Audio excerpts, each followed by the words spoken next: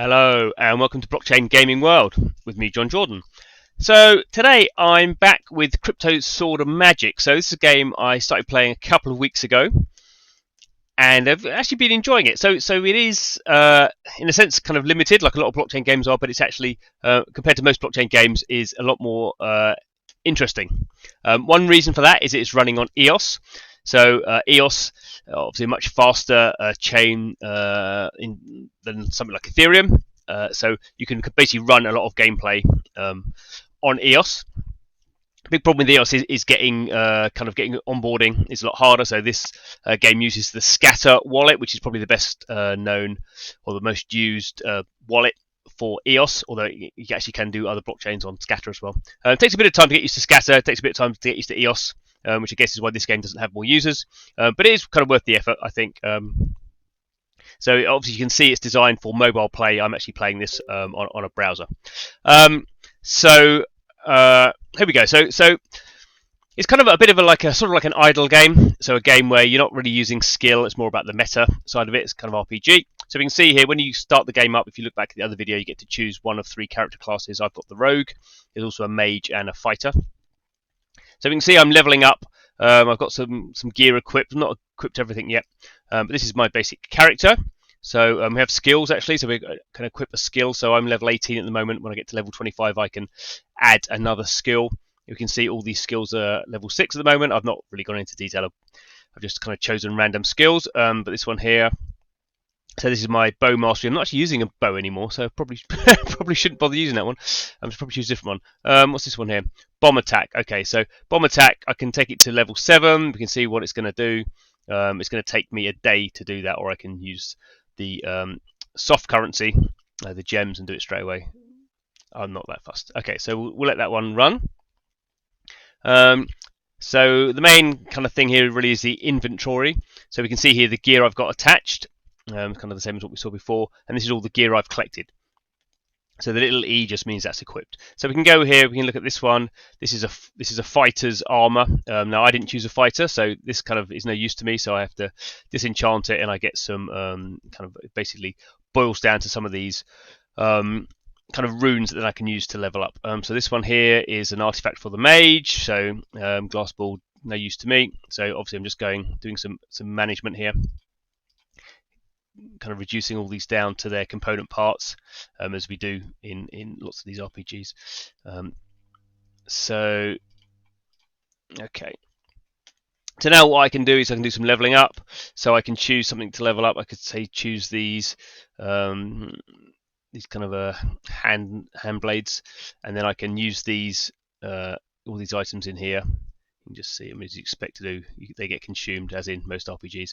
So I'm about to consume a high-grade item. I want to proceed. Yeah, whatever. So it looks like that may have leveled up now. So yeah, that's leveled. So if I try and level it up now, it's reached the maximum level. So there's a few things that haven't got to quite to level maximum level yet. This one's the boots. So obviously just kind of continued around doing this. I won't spend ages doing this, but just so you can see, I've not got enough runes. Okay, so. Okay, so that's the kind of gearing. There's this kind of stuff in. I don't know really actually what these ones do. I can enforce them, whatever that does. I can spend some time. Okay, cool. I can enchant that. Compose. No idea what that does. Okay, so I've not got fully into the gaming. Say also here like a pet. I don't have a pet yet, so that pet will go in there. Obviously, that's going to help me out. Shop. I've not spent any money. Obviously, EOS is a delegated proof of stake blockchain, so I'm staking EOS to get access to the blockchain, but I've not spent any EOS. We can see here I can go and buy. I can buy these gems. Don't have enough. I have to go to the shop. I can buy gems with EOS. So one EOS is about $3 at the moment. So there we go. It kind of all makes sense. We understand it's that kind of like a loot box kind of model. It's a blockchain game, so we have a bit more than that as well. Now let's see. So we can see here these are things that are being sold. So some of these items are no use to me because I've got the wrong character. But this kind of rare gold ring, I could bid 0.4 EOS. I could buy it now for 0.7 EOS. There's time left, so we can kind of see. I can sell my own things, obviously. So it has that nice blockchain element that if you want to sell off your gear, if you get cool gear and you don't want it, you can sell it off. So even I suppose if you had cool gear that you couldn't equip to your character because you had a different character, you could still go off and sell it. I've not got into the trading side yet, so I don't know how active that is. So there's not a lot of players, a couple of hundred players playing this game at the moment. And the main thing is the battle. So we have different sorts of battle. We have a world map, and we have a dungeon. So this dungeon, you basically just like an endless attack, and you do it like get 3 times. 3 times a day you can do it. There's a raid, but that's you have to be a bit more powerful than than I am.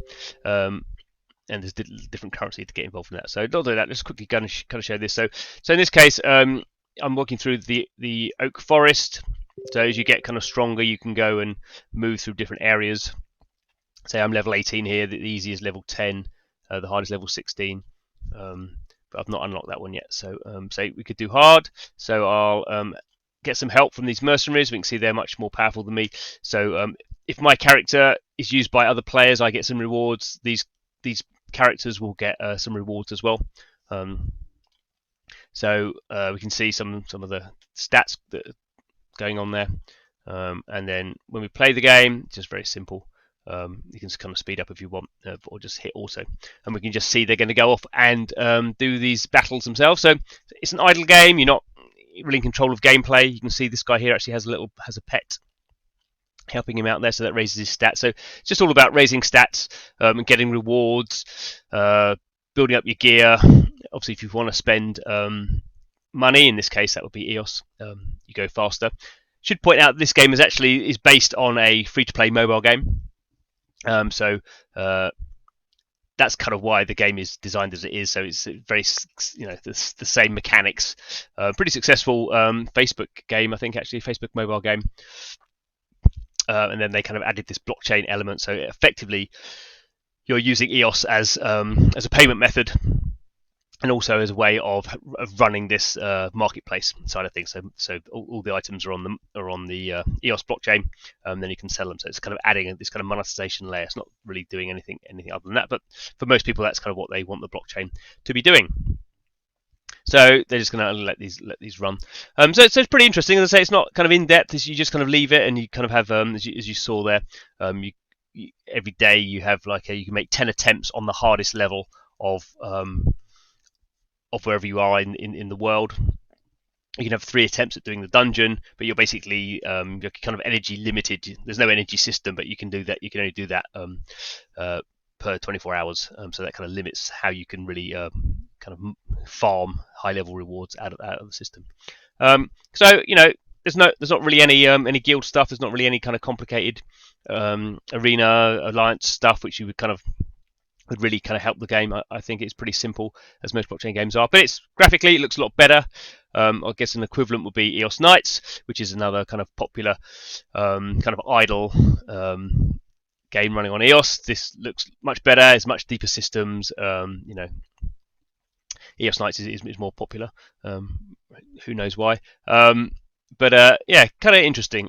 I think we slowly see some of these games getting a bit more like we expect games to be, plus having the benefits of blockchain. And I think it's also interesting. We're seeing, I think, at the moment, of the last 6 months at least, I've been playing a lot more EOS games. Obviously, the high-profile stuff still comes to Ethereum, using sidechains for the gameplay, but using Ethereum to kind of control the NFTs. And run the marketplace stuff. But I think we're slowly seeing EOS kind of building up a bit of steam. So that's interesting, and different sorts of games. You couldn't really run this game as it is on Ethereum. So interesting. So anyway, thanks for watching the video. So Blockchain Gaming World is all about the world of blockchain games. Like to play blockchain games, do videos about them, find out what's interesting, find out sometimes what we don't like so much. But if you're into blockchain games, please do subscribe. If you have any comments about this, please let me know in the comments box. But thanks for watching this video, and hope to see you again soon.